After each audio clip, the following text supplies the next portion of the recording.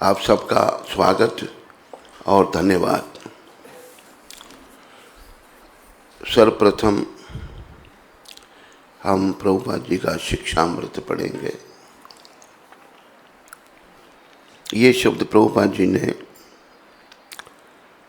1 तारीख 1967 को श्री कृष्ण पंडित को पत्र में लिखा था। मैं यहाँ अपने गुरु महाराज की आज्ञा पूरी करने के मिशन से आया हूँ, किंतु मेरा हृदय धक धक कर रहा है। निस्संदेह मुझे माया का भय नहीं है। मैं जानता हूँ कि माया मुझे स्पर्श नहीं कर सकती, किंतु यदि मैं इस स्थिति में मर जाता हूँ तो मेरा मिशन अधूरा रह जाएगा। इसलिए कृपया श्री चैतन्य महाप्रभु और वृंदावन बिहारी से इस बार मुझे बचाने की प्रार्थना करो। मेरा मिशन अभी भी अधूरा है। प्रिय बंधुओं व माताओं, इंटरनेट में सुनने वाले भाइयों और बहनों, यहाँ देखो एक महाभागवत वैष्णव की भावनाओं का जो है वो उद्घाटन हो रहा है। महाभागवत की भावनाएं क्या है?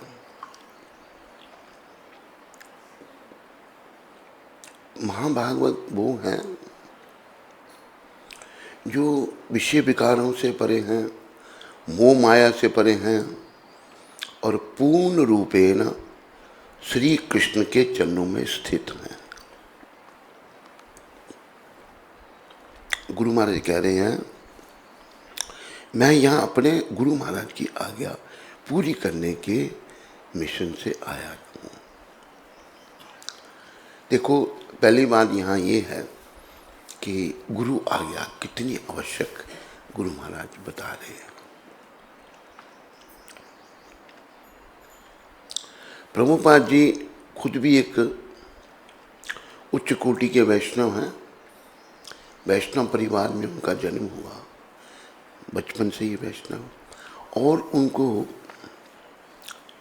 देव संयोग से, कृष्ण इच्छा से उच्च कोटि के वैष्णव गुरु के रूप में मिले।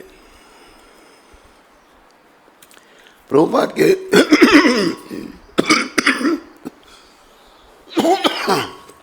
गुरु महाराज भक्ति सिद्धांत, वो भी बहुत उच्च कोटि के वैष्णव हैं। तो भक्ति सिद्धांत प्रभुपाद उल्लाडंगा एक जगह है, वहाँ पर उनका सत्संग का कार्यक्रम हो रहा था बंगाल में, कलकत्ता में। तो प्रभुपाद के एक मित्र थे, मिस्टर मलिक, बड़े घनिष्ठ मित्र थे। उन्होंने कहा, अभय चलो, एक बहुत अच्छे संत हैं, उनका प्रवचन सुनने चलो। गुरु महाराज कहते हैं, कलयुग के संतों को मैं जानता हूँ, साहब ये ऐसे ही है। कहते नहीं अबे चलो इनको सुनो तुम।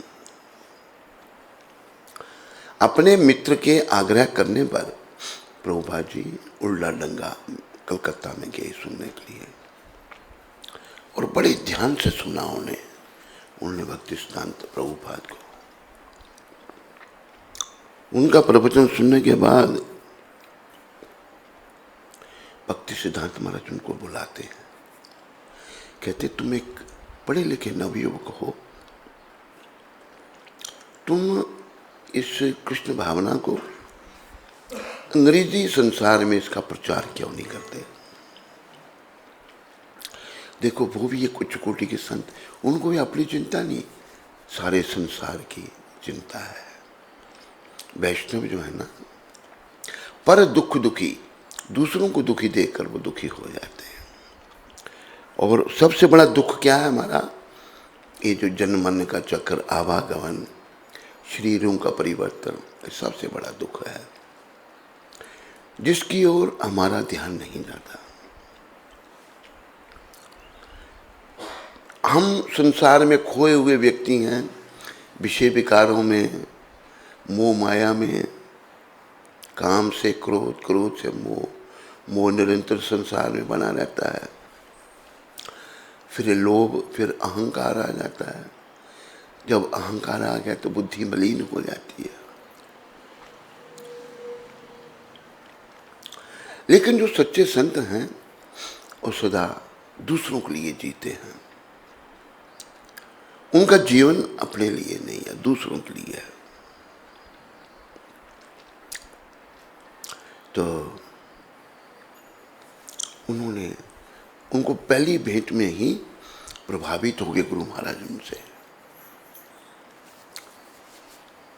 देखो कई कार्य तो सब पीछे भगवान होते हैं, सबके पीछे, और खास करके जो भक्त हैं उनका ही कार्य भगवान करते हैं और उनका मार्गदर्शन करते हैं। कण कण में भगवान, हर जगह भगवान है। यहां पर गुरु महाराज कह रहे हैं कि मेरे गुरु की मुझे आज्ञा पूरी करने के लिए मैं यहां आया हूं, किंतु मेरा हृदय धक धक कर रहा है। क्यों? अभी देखो, महाभागवत कुछ छुपाते नहीं।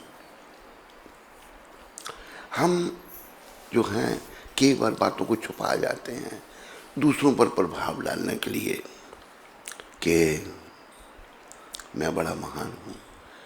एक बात मुझे याद आई, ये बम्बई की बात है, जब मैं प्रभुपाद जी के साथ में था।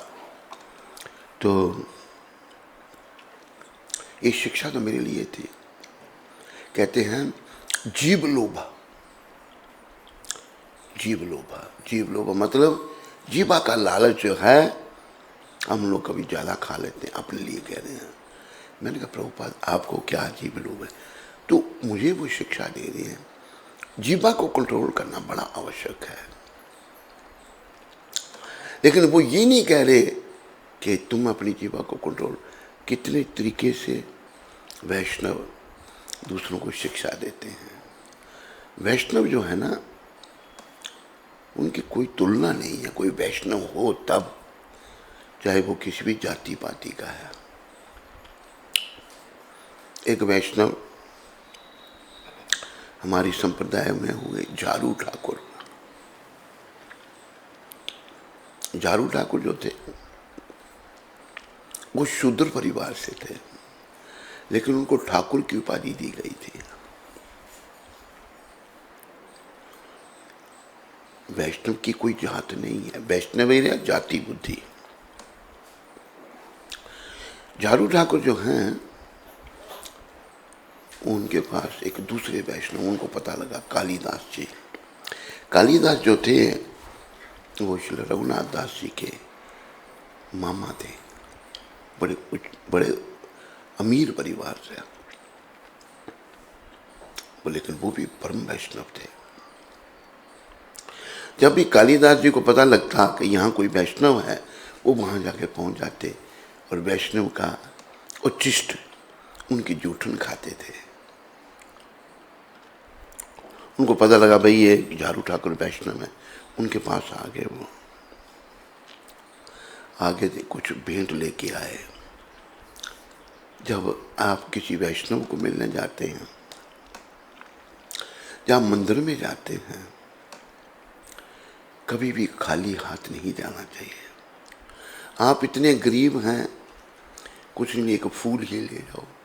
अगर है, ये नहीं कि फूल ही लेना, क्योंकि नहीं, जो आपकी समर्थ है यथाशक्ति जरूर कुछ न कुछ ले जाना चाहिए। ऐसा वर्णन आता है वैष्णवों के जीवन से, हम सीखते हैं। अगर वैष्णवों के पास तुम खाली हाथ जाओगे, तो खाली ही लौटोगे, कुछ मिलेगा नहीं। हमें वैष्णवों का आशीर्वाद चाहिए। हमारी करनी भगवान देख रहे हैं। मुझे याद आई एक बार रथ यात्रा में एक भक्त सेवा करता था, उसका बाप रथ पर बैठे हैं, हम रथ चल रहा है तो वो आए ऊपर दर्शन करने के लिए, उसका पिता। तो कोई कुछ नहीं, फूल भी पुष्प भी कुछ नहीं, ऐसे ही इतना अहंकार उसको। मैंने बोला भाई तू खाली हाथ आया, कोई फूल कुछ भी नहीं लाए भगवान के लिए। बड़ा क्रोध आ गया उसको। फिर मैंने इंद्रनु से बात की, कहती इसके बेटे को पता लगे वो डांटेगा इसको। तो भावना का सारा होता है। तो खाली हाथ कभी नहीं जाना। तो झारू ठाकुर के पास आए कालिदास जी, जो बड़े अमीर परिवार से हैं। कुछ आम ले आए उनके लिए, अर्पण किए। तो झारू, मैं आपको एक वैष्णव का आचरण बता रहा हूं, जो वैष्णव बन जाता है कैसा होता है। वास्तव में वैष्णव बनने का प्रयास करना है हमने। जब गए उनको मिलने के लिए, दोनों एक दूसरे को प्रणाम किया। तो झारू ठाकुर कहते हैं मैं पड़ोस के ब्राह्मण घर से आपके खाने के लिए कुछ मंगवाऊं? तो कालिदास जी कहते हैं नहीं, मैं आपके घर से खा लूंगा। कह रहे मैं तो शूद्र हूं। देखो ये है वैष्णव, मतलब इतनी विनम्रता। तो उन्होंने फिर, कालिदास जी बड़े विद्वान भी थे, वैष्णव भी थे, उन्होंने शास्त्र में से उदाहरण दिए। इस शास्त्र में यही लिखा है, इसमें यही लिखा है, इसमें ये लिखा है कि वैष्णव की याद नहीं है। झारू ठाकुर सुनते रहे। सुनने के बाद कहते ये सब आप ठीक कह रहे हैं, लेकिन मैं वैष्णव ही नहीं हूँ। देखो आखिर कालिदास जी हार गए, लेकिन कालिदास जी भी हारने वाले नहीं थे। उन्होंने उनको प्रणाम किया और चले गए। दोनों वैष्णव है। कालिदास जी अमीर घर से वैष्णव, झारू ठाकुर गरीब घर से वैष्णव। जब चले गए कालिदास जी महाराज, तो उन्होंने क्या किया,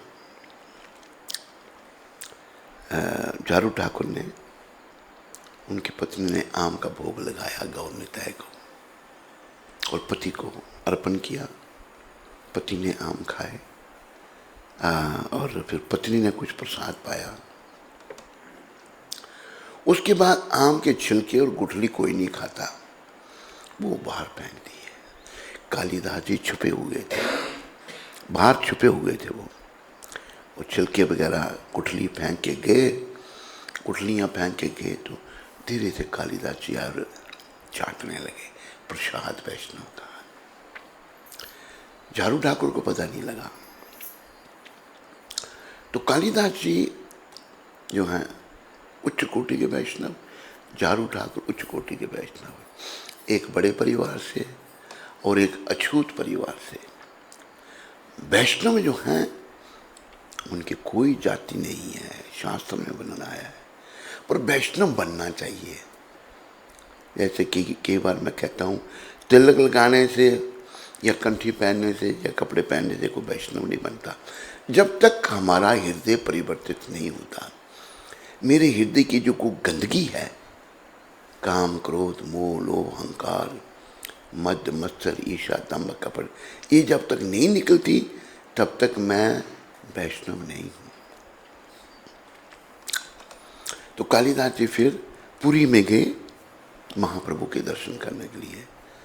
त्रिलोकीनाथ भगवान श्री कृष्ण चैतन्य महाप्रभु कली पावन अवतार पुरी में निवास करते थे तब।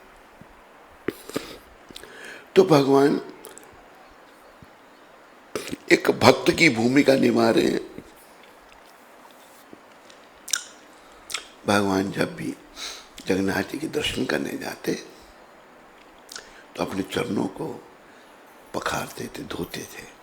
तो लोग बहुत चरणामृत लेते थे सब। भगवान ने मना कर दिया, कोई चरणामृत नहीं लेगा। डांट लगाई भगवान ने, सबको मना हो गया। कालिदास जी पहुंचे उसी समय पहुंचे जहां भगवान अपने पग पखार रहे थे, चरणों को धो रहे थे, और भक्त हैं उन्हें एक कुंडली चरणामृत लिया, पिया, दूसरा, तीसरा, भगवान ने उनको कुछ नहीं कहा। ऐसा क्यों? क्योंकि कालिदास जी सारे वैष्णवों की कृपा ले चुके थे। इससे हमें ये शिक्षा लेनी है, वैष्णवों की कृपा के बिना हम भगवान के पास नहीं जा सकते। जैसा कि मैं कई बार आपको कहता हूँ, इस समय के परम वैष्णव यहाँ चित्रपट रूप में विराजमान है आपके सामने।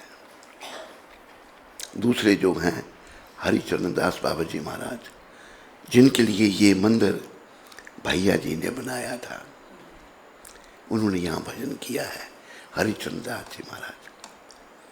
तो हम वैष्णवों की चरण धूलि लें, उनकी कृपा की याचना करें, और जैसा उन्होंने निर्देश किया वैसा पालन करें, तो हम वैष्णवों का संग करें। तो कालिदास जी को कृपा मिली, भगवान सबको मना, उनको क्या, घट घट के वासी भगवान सबके हृदय की जानते हैं कौन कैसा है। कई बार हम मुफ्त में कुछ बनना चाहते हैं तो नहीं, भगवान स्वीकृति नहीं देते। जो वास्तव में हृदय जिनका परिवर्तित है, सब वहां चरणामृत लेते थे, पहले भगवान ने मना कर दिया, उनको क्यों नहीं मना किया? कालिदास जी वैष्णवों की कृपा लेके आए थे, और भगवान जानते हैं तब उनको उनकी कृपा मिली। तो प्रभुपाद हमारे एक उच्च कोटि के वैष्णव हैं। चिंता क्या है उनके कि मैं यहाँ अपने गुरु महाराज की आज्ञा पूरी करने के मिशन से आया हूँ। गुरु महाराज ने क्या कहा था उनको 1922 में, पहली भेंट 1922 में हुई थी उल्टा डंगा में, कि तुम पढ़े लिखे एक नव युवक हो। दीक्षा फिर प्रभुपाद जी के बाद में हुई थी। तुम कृष्ण भावना को अंग्रेजी भाषी संसार में प्रचार क्यों नहीं करते? तो बाद में जब दीक्षा ली तो गुरु तो मान लिया उन्होंने पहली भेंट में ही। देखो, एक थोड़ी यहाँ और विचारने की बात आती है, जब तक हमारे अंदर की गंदगी नहीं जाती ना, तब तक अगर भगवान भी हमारे सामने खड़े हो जाएंगे ना, हम नहीं पहचान पाएंगे। अंदर की गंदगी की सफाई की बड़ी आवश्यकता है। वो प्रभुपाद जी जैसे महान वैष्णवों की कृपा से हो सकती है। और ये जो 4 नियम हैं, इनका पालन करने से, बड़ी दृढ़ता से पालन करने से, हृदय में लगन, भाई मैं बस भक्त बनना, मेरे में बड़े दोष हैं। अभी देखो, कालिदास जी भी परम वैष्णव हैं, झारू ठाकुर परम वैष्णव हैं। ना वो अपने आप को वैष्णव मानते हैं, ना वो मानते हैं। वो इतने विनम्र हैं कालिदास जी के, जूठे आम की गुठली उनकी चाट रहे हैं। तो मुझे वैष्णवों की कृपा मिले, तो मिली उनको कृपा। एक जगह हमारे भक्तिविनोद ठाकुर कहते हैं, वैष्णव ठाकुर हमें तुम्हारा कुकुर। वैष्णव ठाकुर, मैं आपके द्वार का कुत्ता हूँ। मैंने एक बार, मैं अपनी बड़ाई नहीं कर रहा, ऐसे मन में आया कि ऐसे वैष्णवों को मैं कुत्ता बन जाऊं प्रभुपाद जी का। मैंने कहा, बम्बई में अकेले प्रभुपाद जी थे, मैं उनका तब नौकर के रूप में कार्य कर रहा था, मुझे ये मौका मिला। तो मैंने उनको जब कहा, फिर प्रभुपाद जी ने इस घटना का स्पष्टीकरण किया। उन्होंने कहा कि भक्तिविनोद ठाकुर ने भी ऐसा ही कहा था। सारी बात सुनाई तो प्रभुपाद के मुखारबिंद से बातें बड़ी ही दिव्य लगती हैं। तो उन्होंने कहा कि भक्तिविनोद ठाकुर कहते थे, गुरुदेव मैं आपके द्वार का कुत्ता हूँ, तो मैं क्या करूँगा? आपके द्वार पर बैठा रहूँगा, ये भाव है। द्वार पर बैठा रहूँगा, और अगर कोई आपका भक्त आएगा उसको नहीं रोकूंगा, उसको आपके पास। अगर कोई अभक्त आ गया तो उसको अंदर नहीं आने दूंगा। भावना, तो अगर आप ठीक समझें, आपका उचिष्ट जो है, आपकी जूठ मुझे दे देना खाने के लिए, नहीं दोगे कोई बात नहीं, फिर भी बैठ के मैं आपकी सेवा करता रहूँगा। प्रभुपाद के मुखारबिंद थे उन्होंने। जब मैंने उनको कहा कि मैं आपके द्वार का कुत्ता हूँ, तो उन्होंने फिर ये बात सुनाई कि ऐसा ही वैष्णव को सोचना चाहिए। तो प्रभुपाद अपने गुरु के प्रति कितना समर्पण उनका है कि मेरे गुरु ने जो कहा था उस बात को पूरा करने के लिए, उस मिशन को पूरा करने के लिए मैं यहाँ आया हूँ। किंतु मेरा हृदय धक धक कर रहा है। ये नहीं कह रहा कि मैं बड़ा महान हूँ हृदय, मेरा हृदय धक धक कर रहा है। निस्संदेह मुझे माया का भय नहीं है। देखो ये दृढ़ निश्चय जब संतों की कृपा होती है, माया कुछ नहीं कह सकती। मैं तो ऐसे ही हूँ, लेकिन उनकी कृपा मिली। गुरु महाराज ने मुझे पत्र लिखा 1974 दिसंबर में। मैं उसी साल शुरुआत में प्रवेश किया था संस्था में। पत्र लिखा कि माया तुम्हें कभी स्पर्श नहीं करेगी। आशीर्वाद दिया मुझे अपना। तो जब वैष्णवों की कृपा मिलती है तभी हमारी रक्षा हो सकती है। आप सभी को, हम सभी को वैष्णवों की कृपा की याचना करना चाहिए। देखो इस विषय में मैं आप सबको ये कहना चाहता हूँ, इंटरनेट में सुनने वालों को भी ये कहना चाहता हूँ, प्रभुपाद उच्च कोटि के वैष्णव हैं। सदियों तक, अभी नहीं सदियों तक वो आपको अपनी कृपा देंगे। आप उनकी कृपा की याचना करो। मेरे में कोई संदेह हो सकता है, लेकिन प्रभुपाद जी की वैष्णवता में कोई संदेह नहीं। वो उच्च कोटि के वैष्णव हैं। कैसे हैं? अरे भाई देखो कितने लोगों के जीवन में परिवर्तन ला दिया उन्होंने। मलेच्छ यवनों को उन्होंने वैष्णव बना दिया। ये एक वैष्णव की जो है परिभाषा है कि वैष्णव का कार्य है। एक बार एक मूर्ख ने प्रभुपाद जी को पूछा, प्रभुपाद को कहा कि स्वामी जी आप कोई चमत्कार दिखाओ। लोग जो हैं चमत्कार में मानते हैं। चमत्कार जो है ना, ये जादू, चमत्कार वैष्णव नहीं करते। ये मूर्खों वाली बातें हैं, और मूर्ख लोग उसमें आगे ही मूर्ख और मूर्ख बन जाते हैं। प्रभुपाद ने उसको कहा था, भाई मलेच्छ यवन, मलेच्छ अंग्रेज, यवन मुसलमान, वो वैष्णव बन गए, इससे बड़ा और क्या चमत्कार देखेगा तुम। लेकिन मूर्खों को कोई थोड़ी सी राख पैदा कर दी हाथ में, वो सब जादू का ट्रिक है। या कोई सोने की चेन पैदा कर दी, वो मूर्ख उसके पीछे चल पड़ते हैं। वैष्णव कभी मूर्ख नहीं बनते। प्रभुपाद जी का तो बहुत बड़ा ये चमत्कार है कि जो लोग बिल्कुल बुराइयों में पड़े हुए हैं, जिन्होंने कभी भगवान का नाम नहीं सुना है, वो भक्त बन जाते हैं। तो वो भी जीवात्मा है ना। सभी जीवात्मा कर्मों से कोई मलेच्छ बना, कर्मों से कोई यवन बना है, तो सभी जीवात्मा है। तो प्रभुपाद का बहुत बड़ा चमत्कार था। तो प्रभुपाद जी कहते हैं कि मेरा दिल धक धक कर रहा है। क्यों? निस्संदेह मुझे माया का भय नहीं है। उनको पूरा विश्वास है कि मेरे साथ भगवान है, लेकिन माया मुझे नहीं स्पर्श कर सकती।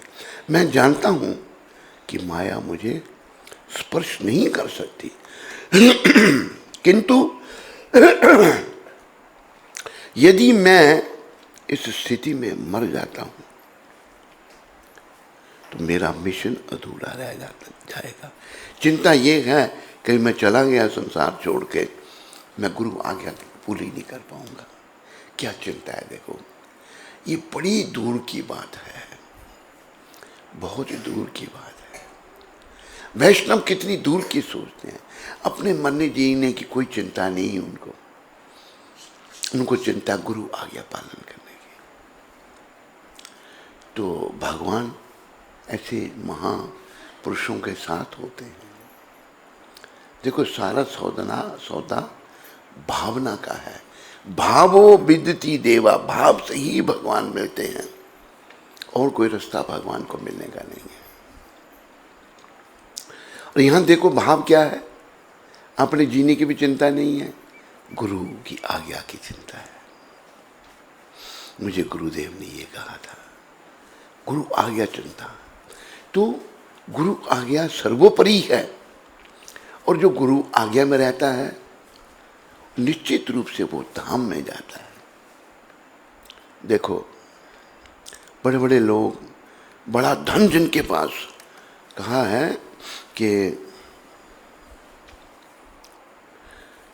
वो जो गौधन, गजधन, बाजीधन और रतन धन खान, जो आवे संतोष धन, सब धन धूल समान। संतोष रूपी धन कब आएगा? जब कोई वैष्णव बन जाए और संतोषी होगा। और ये वैष्णवों का चरित्र, उसे अपनी चिंता नहीं, गुरु आज्ञा की चिंता है।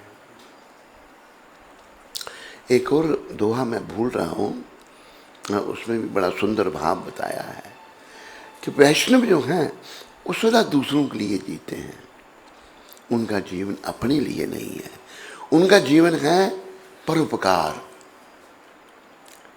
हम लोग तो अपने उपकार में लगे हैं, वैष्णव परोपकार।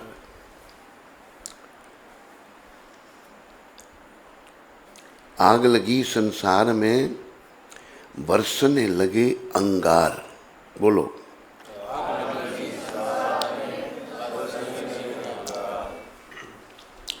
जो ना होते वैष्णव तो जल मरता संसार। ये कौन सी आग की बात है? सबसे बड़ी आग है कामाग्नि। हम लोग कामाग्नि में जल रहे हैं। काम से पीड़ित पुरुष भी है, काम से पीड़ित स्त्री भी है। कामाग्नि हमें भस्म कर रही है। जब आग लगती है तो अंगारे बरसते हैं। अंगारे क्या है? काम से क्रोध, मोह, लोभ, अहंकार, मद, मत्सर, ईर्ष्या, सब कुछ काम से शुरू होता है। बरसने लगे अंगार, जो ना होते संत तो, ऐसे संत नहीं होते प्रभुपाद जी जैसे संत, तो जल मरता संसार। सारी दुनिया कामाग्नि में जल करके घोर नरक में चली जाती है, राख हो जाती है। कामाग्नि इतनी भीषण अग्नि है, यो दिखती नहीं, लेकिन हम उसमें जल रहे हैं। तो प्रभुपाद जी जो हैं चिंतित हैं दूसरों के लिए कि माया का भय नहीं है। मैं जानता हूं कि माया मुझे स्पर्श नहीं कर सकती, किंतु यदि मैं इस स्थिति में मर जाता हूं तो मेरा मिशन अधूरा रह जाएगा। देखो सच्चाई सामने आ जाती है। कहे शब्द कहे हैं, सच्चाई छुप नहीं सकती बनावट के असूलों से, खुशबू आ नहीं सकती कागज के फूलों से। कोई बनावटी कुछ बनना चाहे, आखिर नंगा हो ही जाता है। जैसे कल चर्चा कर रहे थे ना, दो अभी 3 करोड़ वाला और 5 करोड़ वाला, करोड़ों इनके शिष्य। कब तक वो बेवकूफ लोगों को बनाते, आकर नंगे हो गए। लोग भी बेचारे भोले पता नहीं है ना लोगों को कुछ भी। आकर सच्चाई सामने आ जाती है। बनावट के उसूलों से सच्चाई नहीं छिप सकती, जैसे कागज के फूलों से खुशबू नहीं आ सकती। हमें अपने हृदय का परिवर्तन करना है। हृदय का परिवर्तन प्रभुपाद जी जैसे वैष्णवों की कृपा से होगा। इनके चरणों में बार बार प्रार्थना करो, कृपा करो। और वैष्णव बड़े दयालु होते हैं, बहुत दयालु होते हैं, बहुत दया में होते हैं। वो दया करते हैं सब पर हमें उनकी कृपा का, दया का पात्र बनना है। पात्र कैसे बनेंगे? जैसे वैष्णव ने कहा वैसे करना है।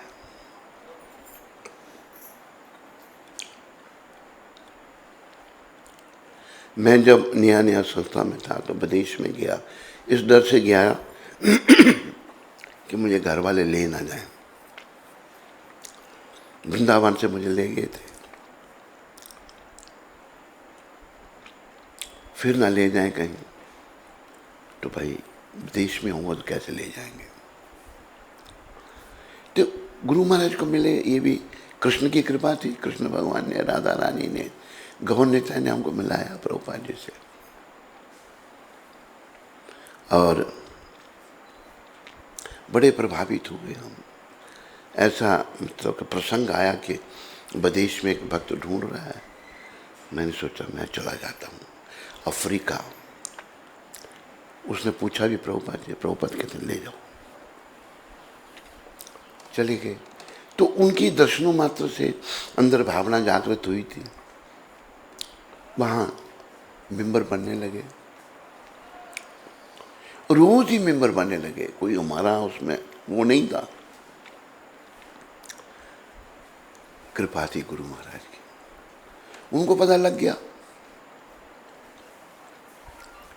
और उन्होंने आशीर्वाद दिया मेरे को उसी साल, भाई तुम हमारे इस आंदोलन को समझ सकते हो। आशीर्वाद दिया, जाओ माया तुम्हें कभी स्पर्श नहीं करेगी। हमें वैष्णवों की कृपा लेनी है। और ये मैं कई बार कहता हूँ, ये मत सोचो कि प्रभुपाद अभी नहीं है। अभी देखो कृष्ण भी तो मूर्ति रूप में ही है ना। ऐसे ही भगवान के जो भक्त हैं वो भी मूर्ति रूप में होते हैं। मूर्ति में वो विराजमान रहते हैं। जब सिंहासन बन गया, अच्छा भी पॉलिश नहीं हो रही, मैं चाहता हूँ प्रभुपाद जी की मूर्ति पड़ी है, उसको स्थापित करें यहाँ पर और हम उनके रोज दर्शन करें। वैसे चित्रपट भी, उसमें भी वैष्णव समा सकते हैं, उसमें भी रह सकते हैं।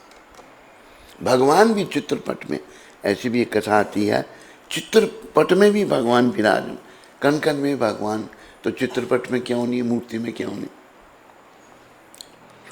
तो हमें उनकी, हम सबको उनकी कृपा लेनी है, वैष्णवों की कृपा लेनी है, प्रार्थना करनी है बार बार, हृदय का परिवर्तन करना है, अपने दोषों का चिंतन करना है और दूसरों के गुणों का चिंतन। लेकिन बीमारी क्या है? अपने गुणों का चिंतन, दूसरों के दोषों का चिंतन। जन्म जन्मांतर से कर्म हमारे साथ आते हैं। एक बार मैंने इंग्लैंड में 2 बच्चे देखे, छोटे छोटे बच्चे। एक बच्चा बड़ा सीधा साधा और एक बदमाश, एक ही उम्र के हैं दोनों। कर्म लेके आए हैं पूर्व जन्म। कर्म तो हमारे साथ चलते हैं। जैसे हवा जब एक गंदी नाली से या गटर के ऊपर से जाती है तो बदबू साथ जाती है उसके, जाती है नहीं जाती है, पर दिखती नहीं।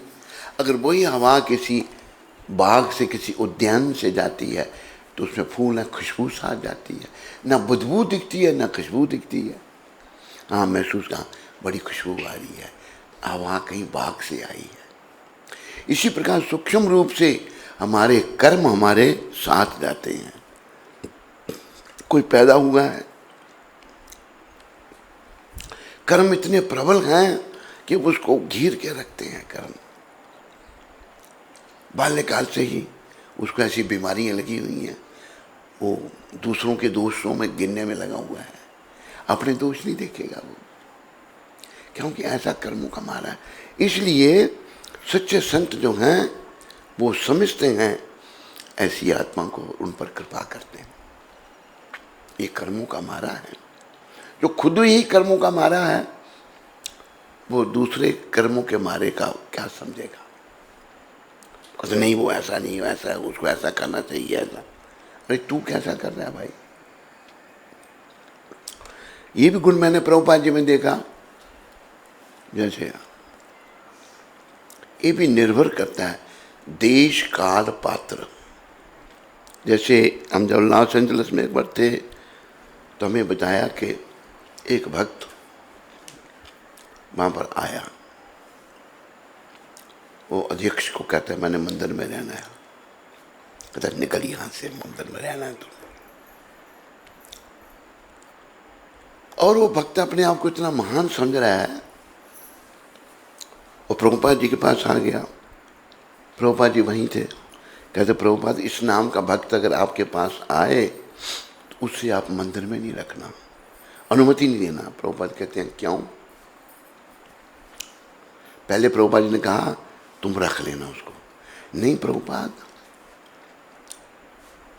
वो ये 12वीं बार है, आता है जाता, आता है जाता है। प्रभुपाद कहते हैं तुम रख लो उसको।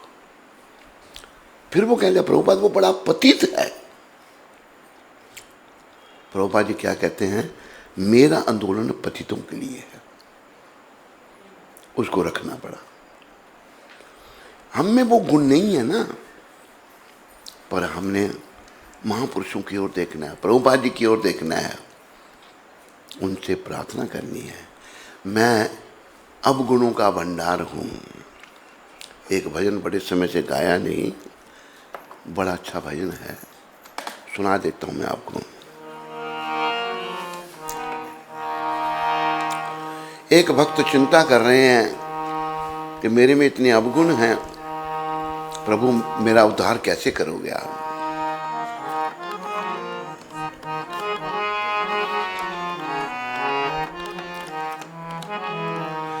अवगुण भरया शरीर राम कैसे तारोगे?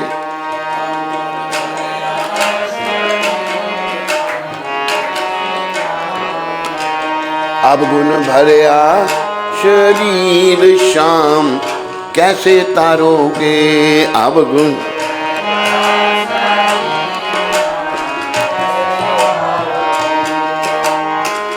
कैसे तारोगे मोरे रामा, कैसे तारोगे?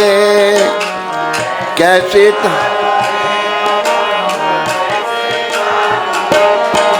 कैसे तारोगे मोरे श्यामा, कैसे तारोगे? कैसे तारो? अवगुण भरया शरीर राम कैसे तारोगे?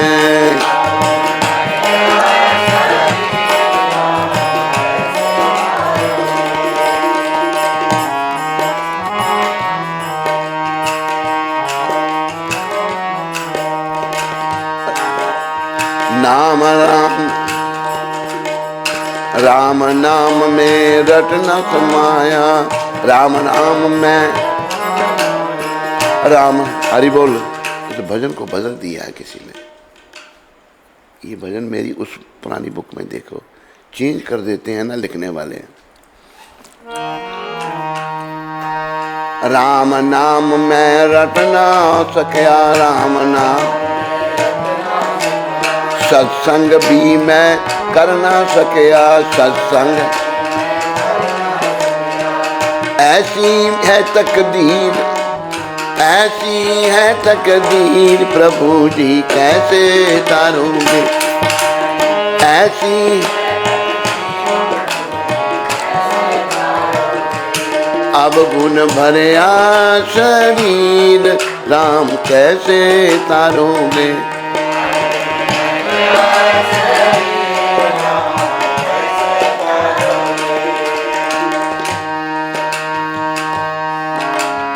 दान पुण्य मैं कर ना पाया, दान पुण्य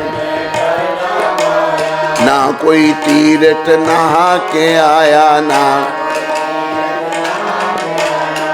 पापों की तस्वीर, पापों की तस्वीर प्रभु जी कैसे तारोगे, पापों की अवगुण भरे आ शरीर राम कैसे तारोगे,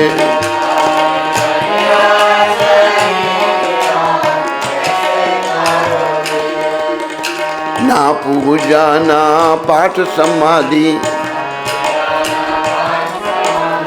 जन्म जन्म का मैं अपराधी, बेगुण और बेपीर बेगुण प्रभु जी कैसे तारोगे, प्रभु जी अवगुण भरिया शरीर राम कैसे तारोगे,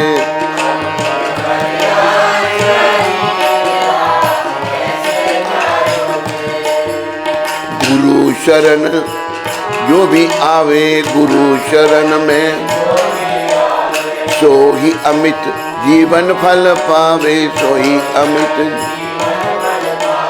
कह गए संत कबीर, कह गए संत प्रभु जी कैसे तारोगे, कह गए अवगुण भरिया शरीर राम कैसे तारोगे,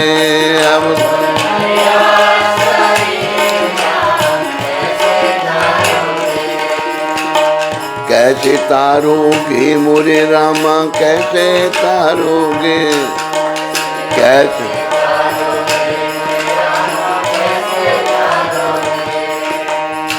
कैसे तारोगे मोरे श्यामा, कैसे तारोगे,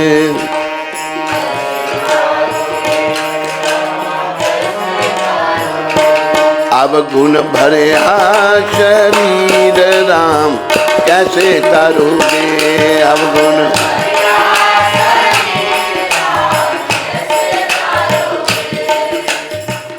थोड़ा सा ये भजन बदल दिया है, कैसे प्रभु मेरे शरीर का उद्धार, मैं तो अवगुणों से भरा पड़ा हूं, लेकिन हमारी बीमारी क्या अवगुणों का चिंतन नहीं, दूसरों के अवगुणों का चिंतन होगा।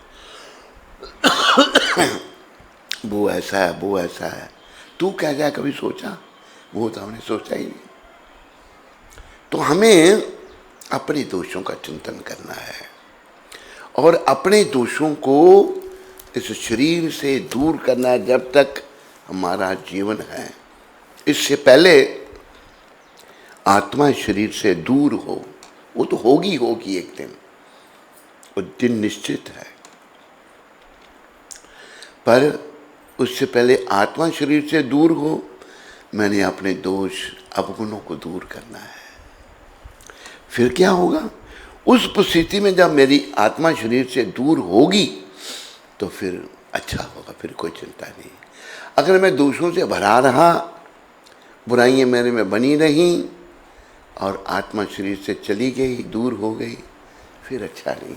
क्या होगा, सूक्ष्म रूप से आत्मा, जैसे मैंने आपको उदाहरण दिया, हवा दिखाई नहीं देती, भगवान की एक शक्ति है हवा, केवल हवा घरों को उड़ा कर ले जाती है। अभी जैसे गोविला में बड़ा हाल था, पूरी छत को उड़ा कर ले गई हवा, सारी दीवारें गिर गई।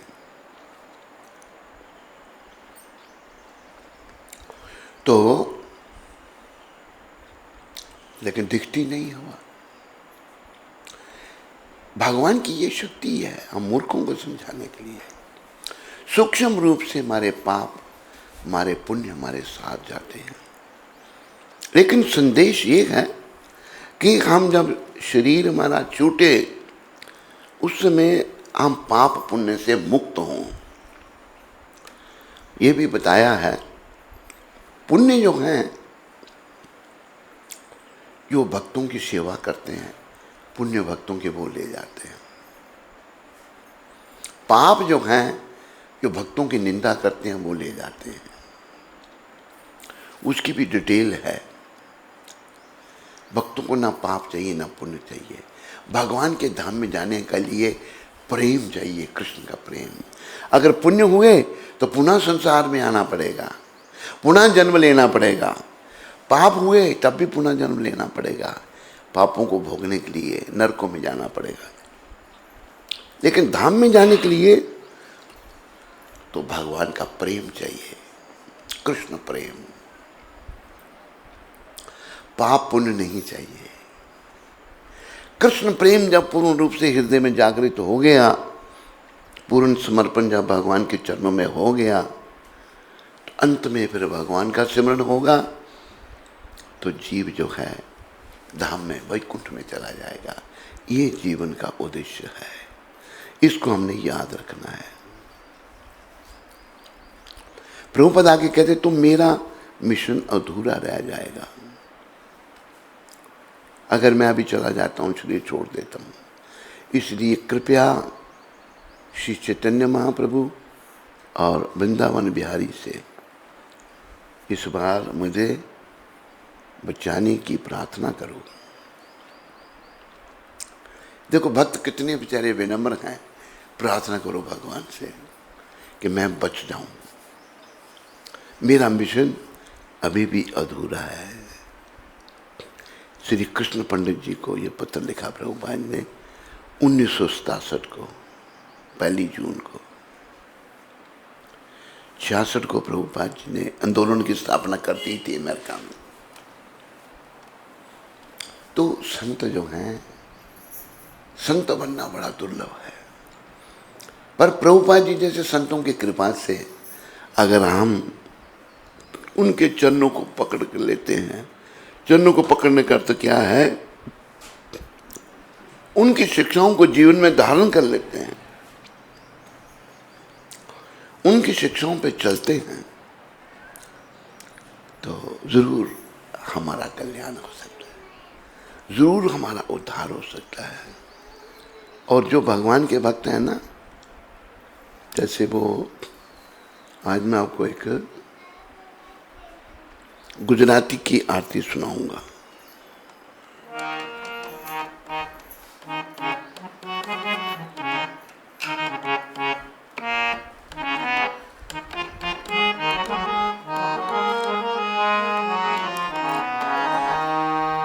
इस आरती में बहुत अच्छी लगती है मुझे। आनंद मंगल करूं आरती, हरि गुरु संतनी से आनंद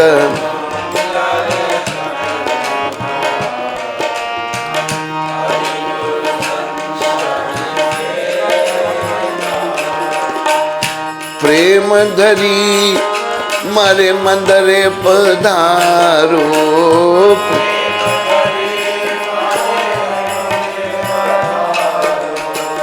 सुंदर मुखड़ा लेवा, सुंदर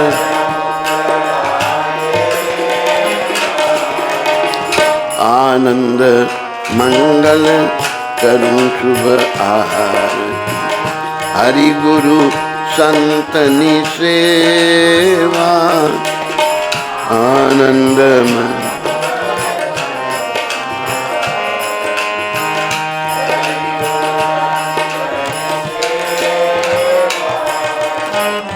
रत्न सिंहासन आप विराजे,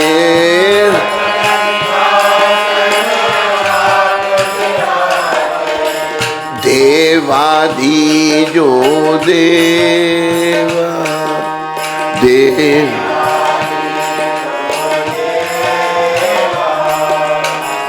आनंद मंगल करूं आरती, हरि गुरु संतनि सेवा आनंद।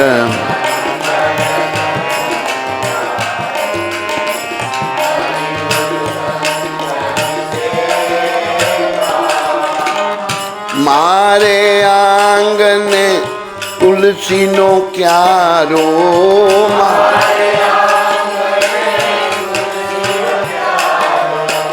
शालीग्राम नि सेवा, शालीग्राम आनंद मंगल करूं आरती, हरि गुरु संत नि सेवा, आनंद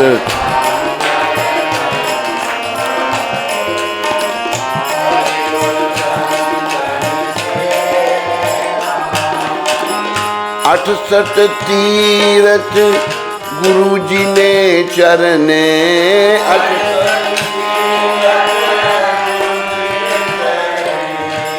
गंगा यमुना रेवा, गंगा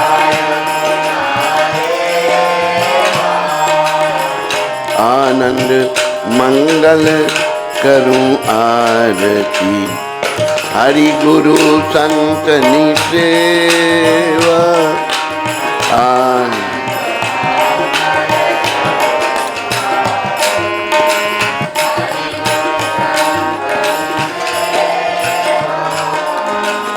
संत मरे तो महासुख थाए,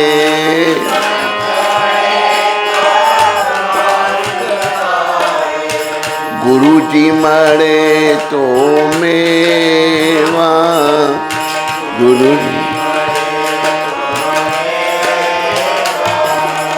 आनंद मंगल करूं आरती, हरि गुरु संत नि सेवा, आनंद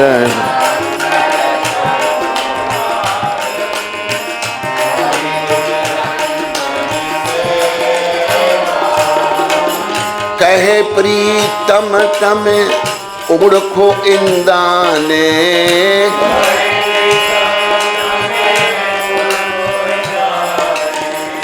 हरि ना जन हरि जेवा,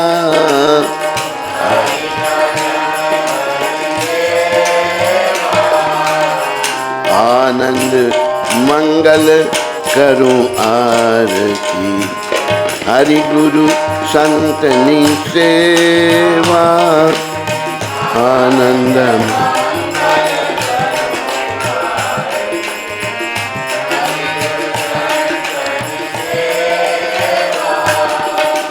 देखो आपको ये भजन समझ आया होगा, कईयों को नहीं भी आया होगा।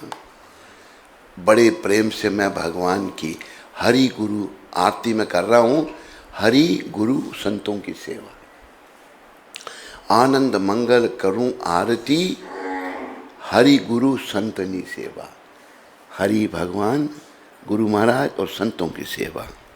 ये भी ध्यान रखना है कि संत महात्माओं का सम्मान करना है। कुछ संत आते हैं, उनका सम्मान करो, पता नहीं किस भेष में कौन आ जाएगा। संतों का कभी अपमान मत करो। प्रेम धरी मारे मंदिरे पधारो, लेखक कह रहे हैं प्रेम अपने मन में धारण करके मंदिर में आओ, सुंदर मुखड़ा लेवा, भगवान के दर्शन करने के लिए, भगवान के दर्शनों के लिए प्रेम भर के हमारे मंदिर में आओ। फिर कहते हैं रतन सिंहासन आप विराजे, भगवान रतन सिंहासन पर विराजते हैं। रतन भगवान त्रिलोकीनाथ हैं, देवादि जो देवा, जो सबके देव हैं, देवों के भी जो देव हैं। देखो कितनी इस भजन में जो हमारी फिलॉसफी है इस भजन में है। फिर मारे आंगने तुलसी नो क्यारो, मेरे घर में जो है तुलसी जी का बाग है, तुलसी जी का क्यारा है, तुलसी यहाँ भी है बाहर में। और शालीग्रामनी सेवा, हम शालीग्राम की सेवा करते हैं। शालीग्राम की सेवा बहुत आवश्यक है। यहाँ शालीग्राम भी हैं, तुलसी माता भी हैं। दोनों भक्ति पथ में आगे बढ़ने के लिए प्रभुपाद जी के मुखारबिंद से मैंने सुना था हर वैष्णव को शालीग्राम की सेवा करनी चाहिए। शालीग्राम रूप में भगवान प्रकट हुए हैं तुलसी माँ की कृपा से। तो 68 तीर्थ गुरु जी ने चरने, 68 तीर्थ जो हैं गुरु जी के चरणों में हैं। गंगा यमुना रेवा सब तीर्थ गुरु जो सदगुरु हैं उनके चरणों में सब कुछ है। प्रभुपाद जी के चरणों में सब कुछ है। फिर कहा उन्होंने, संत मिले तो मोह सुख होता है। अगर संत मिल जाते हैं तो बड़ा आनंद आता है। गुरु जी मरे तो मेवा, गुरु जी मिले तो मेवा ही मिल गया, सब कुछ मिल गया। गुरु जी मिले, संतों के मिलने से भी सुख है, गुरु जी के मिलने से तो मेवा मिल गया। फिर आखिर में कहते हैं लेखक इस आरती के, कहे प्रीतम तमें ओढ़को इंदाने। प्रीतम जी कहते हैं इनको पहचानो, किनको? प्रभुपाद जी जैसे महान वैष्णव को। हरि न जन हरि जेवा, जो भगवान के भक्त हैं वो भगवान जैसे ही है। भगवान जैसे हैं, भगवान नहीं है, भगवान तो कृष्ण है केवल, लेकिन भक्त भी भगवान जैसे बन जाते हैं। भक्त कभी नहीं भगवान बनना चाहते हैं, भक्त बड़े विनम्र होते हैं। अभी एक भक्त की मुझे और बात याद आ गई। आपने सुना है महाराष्ट्र में संत तुकाराम हुए। वो कोई ब्राह्मण परिवार से नहीं थे, परम संत थे, कृष्ण भगवान के, विठल भगवान के भक्त थे। क्या हुआ, जहां पर तुकाराम जी महाराज निवास करते थे, तुकाराम जी के अभंग हैं, बड़े सुंदर अभंग लिखे हैं उन्होंने, बहुत सुंदर बातें बता रहे हैं। तो पास एक ब्राह्मण भी था, उसके पास भी लोग जाते थे सत्संग करने। देखो ब्राह्मण था, तुकाराम जी वैष्णव हैं, भक्त हैं भगवान के। वो ब्राह्मण जाति का ब्राह्मण था, पर वो अभी हृदय परिवर्तित नहीं हुआ था उसका। उसके पास भी लोग जाते थे, लोगों को तो पता नहीं है ना कौन कैसा है। लेकिन जब तुकाराम जी की सुगंध फैलने लगी तो कुछ उस ब्राह्मण के सेवक चले गए, किसके पास? तुकाराम जी के सत्संग में। ब्राह्मण का हृदय परिवर्तित नहीं था, उसको बड़ा क्रोध आया कि मेरे सत्संगी उसके पास जा रहे हैं, मैं ब्राह्मण हूं, अहंकार है, विनम्रता नहीं है। तो क्या हुआ, एक दिन तुकाराम जी बेचारे आ रहे थे, सायंकाल का समय था। वो ब्राह्मण जो है खड़ा हो गया, उनको पता कि भाई यहाँ से जाएंगे। एक लाठी ली है, कांटेदार जैसे कांटे होते हैं, मारा तुकाराम जी पर, लहू लुहान कर दिया। वो बेचारे बेहोश होके वहाँ गिर पड़े। फिर बेचारों को होश आई, बड़ी मुश्किल थी, अपने घर पहुँचे। दूसरी दिन फिर वो बड़ी कठिनाई से उस ब्राह्मण के पास गए, हाथ जोड़ के खड़े हो गए। कहते हैं मेरे से क्या अपराध हो गया कि आपने मेरी पिटाई की, क्या गलती हुई मेरे से? अब उस ब्राह्मण का दिमाग ठिकाने आ गया, भाई देखो इतने विनम्र, मैंने मारा, उल्टा मेरे से माफी मांग रहे हैं। कहले तुका तेरे से गलती नहीं, गलती तो मेरे से हुई है, मैंने अपराध किया तेरे चरणों में, मुझे क्षमा कर दो। ये होते हैं संत। तो हमें सच्चे संत, उनके बारे में प्रीतम जी लिख रहे हैं कि भगवान के भक्त जो हैं वो भगवान जैसे होते हैं। हरि न जन हरि जेवा, कहे प्रीतम तमें ओढ़को इंदाने, हरि न जन हरि जेवा, भगवान जैसे होते हैं। अब जैसे भक्त अगर किसी को आशीर्वाद दे दें, उसका मंगल हो जाएगा, कल्याण हो जाएगा। और ये भी लिखा है प्रभुपाद जी ने भगवद गीता के तात्पर्य में, जिससे सच्चे संतों का आशीर्वाद मिल जाता है, वो बिना ही कहते हैं यम नियमों का पालन करने के भक्ति में प्रगति करता है। ऐसे हमें आशीर्वाद लेना है संतों का। संतों के आशीर्वाद से हम बिना कुछ किए ही भक्ति में प्रगति करेंगे। बोलो जगत गुरु श्रील प्रभुपाद की जय। बोलो महान वैष्णव, परम वैष्णव, पतित पावन श्रील प्रभुपाद की जय। प्रभुपाद जी देखो, वो ये अपने आप को महान नहीं कह रहे, वो कह रहे हैं कि मेरे लिए प्रार्थना करो वृंदावन बिहारी से और चैतन्य महाप्रभु से कि मेरा मिशन अधूरा ना। ये विनम्रता है। जब कोई शुद्ध भक्त बन जाता है तो वो विनम्रता की मूर्ति बन जाता है, और जब कोई शुद्ध भक्त नहीं बनता तो उसमें दोष बने रहते हैं। एक बात मेरे को और ध्यान में आई, बात ध्यान में क्या आई मेरे को कि एक बेचारा वैष्णव नहीं था, वो हरिद्वार स्नान करने गया। स्नान करने जब गया तो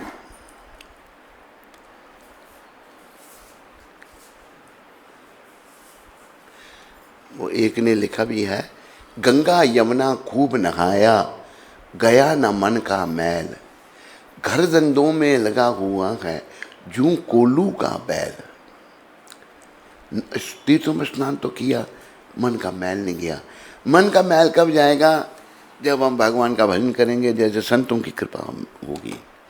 तो गया तो चावल ले गया था घर से, गरीब आदमी था पर भक्त नहीं बन पाया था अभी तक। एक वृद्ध माई थी, तो कहता माई ये मेरे चावल पका दो। मैया चलो पका देती हूँ। उसे चावल ओवल ना चढ़ाए तो वो बेचारा कहता है माई ये तेरे घर का दरवाज़ा तो छोटा सा है, अभी तेरी ये भैंस मर जाएगी तो उसको बाहर कैसे निकालेगी तू? कहती है कि दूसरा दरवाज़ा भी है। मतलब उल्टी सीधी बातें करने लगा वो। कहते उस माई को क्रोध आया, ले अपने चावल, उसके कपड़े में डाले चावल, ले जा इनको, मुझे मारने के लिए आ गया। तो वो बेचारा रोता हुआ भूखा था, उसको रस चावलों का भी कच्चे ही चावल लेके जा रहा है। किसने कहा महाराज ये क्या टपक रहा है? कहते मेरी जुबान का रस टपक रहा है ये मेरी जुबान का रस टपक रहा है। मतलब हमारा हृदय जब तक परिवर्तन नहीं होता तो बड़े दोष बने रहते हैं हम में। इसलिए सदा दोषों का चिंतन करना है, दूसरों के गुणों का, अपने दोषों का चिंतन करना है। बोलो पतित पावन शिला प्रभुपाद की जय। हरे कृष्णा।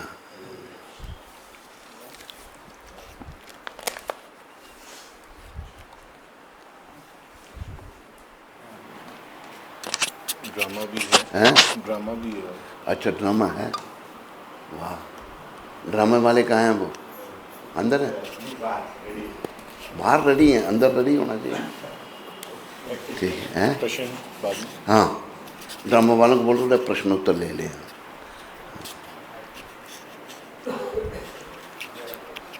सीमा चौहान माता शामली से। हरे कृष्ण गुरु महाराज जी, दंडवत प्रणाम।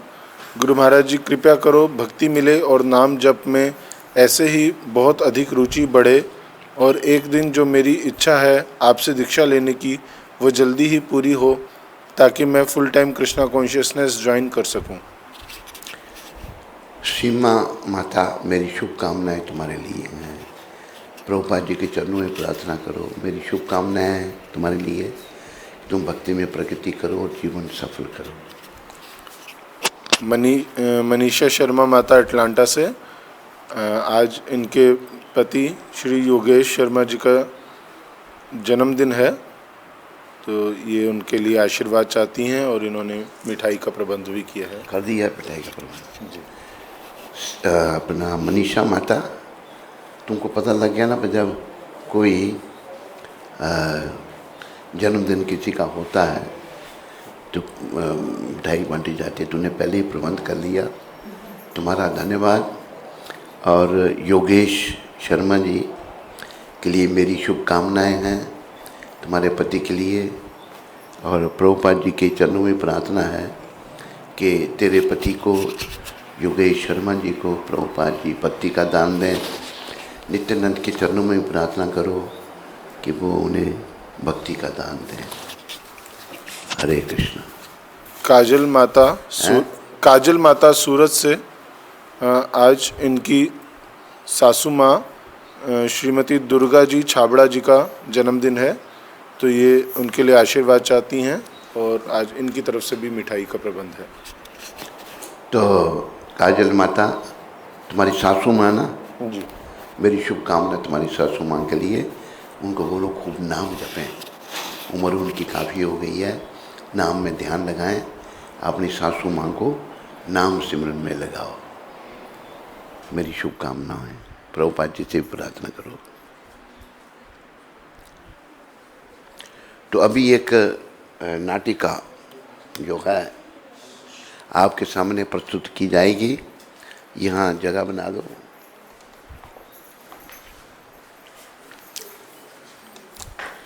और उसके बाद फिर प्रसाद वितरण होगा। आप सभी लोग प्रसाद लेके जाएंगे।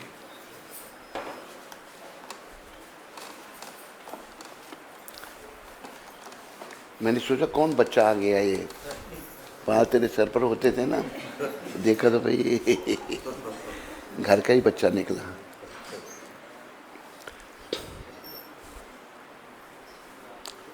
चलो भाई शुरू करो। हरि बोल।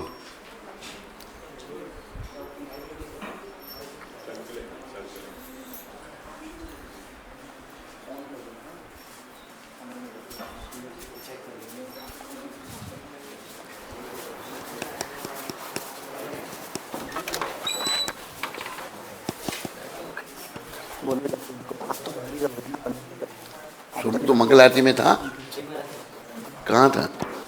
पीछे था। अच्छा अच्छा।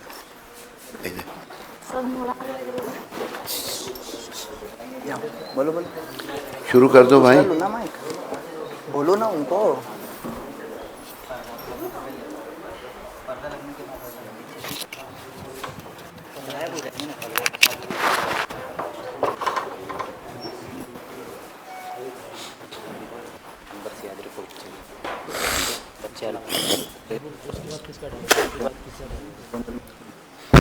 हरे कृष्ण। श्री गुरु महाराज की प्रसन्नता के लिए अभी हमारे भक्तों द्वारा एक लघु नाटिका प्रस्तुत किया जा रहा है, जिसका नाम है गौरीदास पंडित के गौर निताय। ब्रज लीला में गौरीदास पंडित 12 गोपालों में से एक सुबल सखा थे। श्री चैतन्य चरितामृत में